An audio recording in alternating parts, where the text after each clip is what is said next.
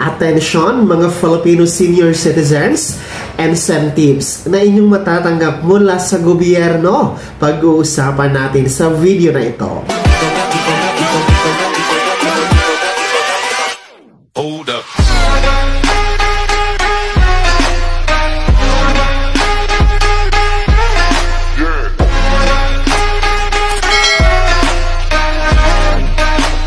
Hello mga ka-vlogs! Welcome dito sa aking YouTube channel. Magandang araw po sa lahat ng mga manonood. Saan po kayong dako sa mundo? Kumusta kayo mga ka-vlogs? Makinig mga Filipino senior citizens! Alamin ang incentives na inyong matatanggap o makukuha mula sa gobyerno sa ilalim ng NCSC. Mamaya-maya pag-uusapan natin yan. Pero bago ang lahat, kung bago ka pa lang dito sa aking YouTube channel o di kaya hindi ka pa nakasubscribe, i-click nyo muna ang ating subscribe button na nasa baba. Huwag niyong kalimutan na pindutin ang notification bell.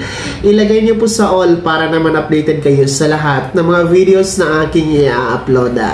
Sa eto na ha, mga Filipino senior citizens, magandang balita dahil ngayong pagpasok ng 2025, tuloy-tuloy ang magagandang benepisyo programa at ayuda na hatid po ng gobyerno natin para sa inyo mga lolo at lola. At isa nga pong katanungan sa NCSC OIC Chairman na si Dr. Marichin Loreche during sa kanyang guesting sa isang radio station.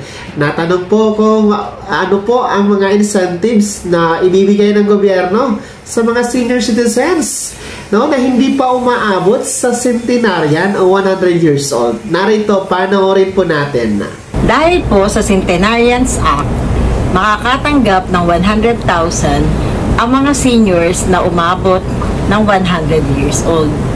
Ano naman po ang incentives na matatanggap ng mga seniors na hindi pa aabot sa 100 years old?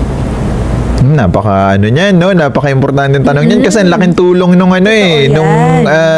cash incentive para sa mga elderlies natin eh. Syempre, I think parang in-expand na rin yan, no?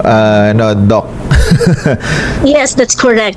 Meron tayong tinatawag kasi na programa ng gobyerno na naging batas, no? At ito ay nalagdaan ng Pangulo last year, nitong March 17, 2024. At ito nga, pinalawak at pinalawig yung ating tinatawag na centenarian cash gift.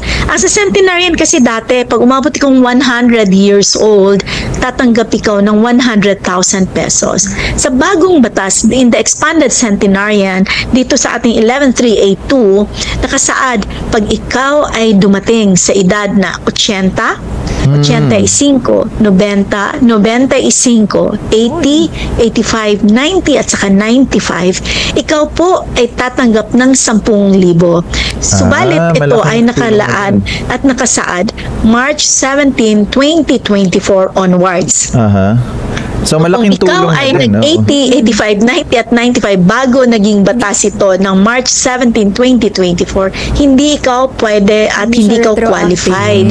Pero may dalawa na namang bagay dapat natin ding maintindihan. Una, dahil ang pondo na ibinigay ng Department of Budget and Management sa atin sa NCSC simula January 1, 2025 hanggang December 31, 2025. Ibig sabihin, nag-milestone age ikaw sa panahon na itong taon na ito, tatanggap na po kayo.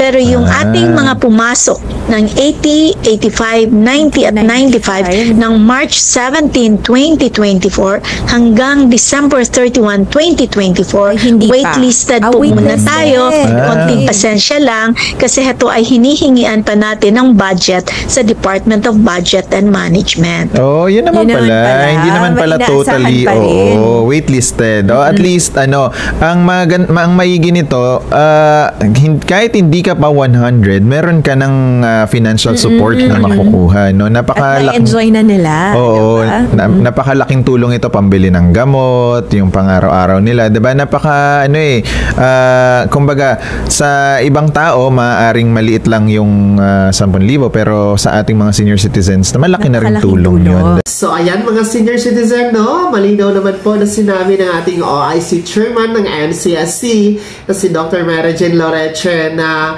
bukod po sa centenarian cash gift na 100,000 pesos kung kayo ay aabot sa 100 years old, ay mas pinababa pa po ang edad na magkakaroon ng incentive or cash benefit ang ating mga senior citizen, no? Dahil sa edad na 80, 85, 90 at 95, 80, 85, 90 at 95 years old, abay, makakatanggap po kayo ng 10,000 piso na cash benefit.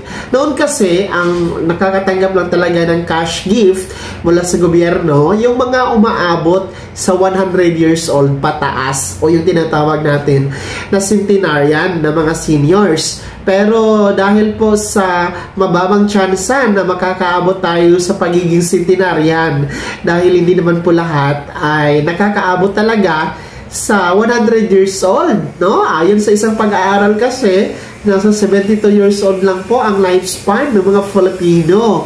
Kaya nagkaroon po ng amenda doon sa Centenarian Act of 2016. Ito nga po yung Expanded Centenarian Act o yung Republic Act 11982 na pinirmahan po ng Pangulong Bongbong Marcos noong nakaraang taon, no, ng buwan ng March 2024. At ngayon lang po ito na-implement starting noong January 1, 2025 sa ilalim po ng National Commission of Senior Citizens or NCSC.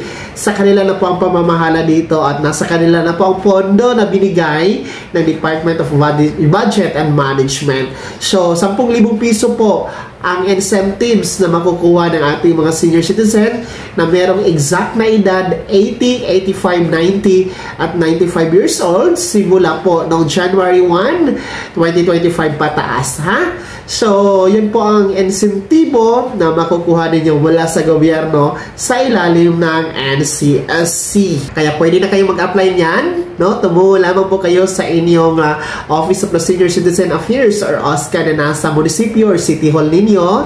Available po doon yung application form. Magdala kayo ng birth certificate, no? Kung wala kayong birth certificate, pwede po ang Senior Citizen ID, National ID, Postal ID, Driver's License, SSS ID or UMID, no? Yung meron pong birthday na mga ID ninyo para ma-comply nyo po ang requirements at ma-assist kayo, ma-validate po kayo at makakuha ng 10,000 pesos cash gift. Kaya naman mga senior citizens, ano po yung komento at ano ang yung reaksyon sa incentives na ito na ibibigay po ng gobyerno para sa inyo? Komento nyo na sa comment section na nasa baba. Pakilakip ng buong pangalan at kung taga saan kayo. Bago ka magtapos sa video na to, kung gusto nyo pong sumuporta sa aking YouTube channel, maaari nyo pong i-click ang ating super thanks button na nasa baba. Kung gusto nyo pong maging miyembro dito sa aking YouTube channel, pwede po i-click nyo po ang ating join button. Maraming perks dyan, mga ka-vlogs. Sana'y naging gabay ang video na to kahit paano na pag-uusapan natin ang iba't ibang ayuda, programa at benepisyo ng ating mga senior citizen. Kung hindi ka pa nakasubscribe dito sa aking YouTube channel, maaari nyo nang i-click ang ating subscribe button na nasa baba. Huwag nyo kalimutan na pindutin ang notification bell, ilagay nyo po sa all para naman updated kayo sa lahat ng mga videos na aking i-upload.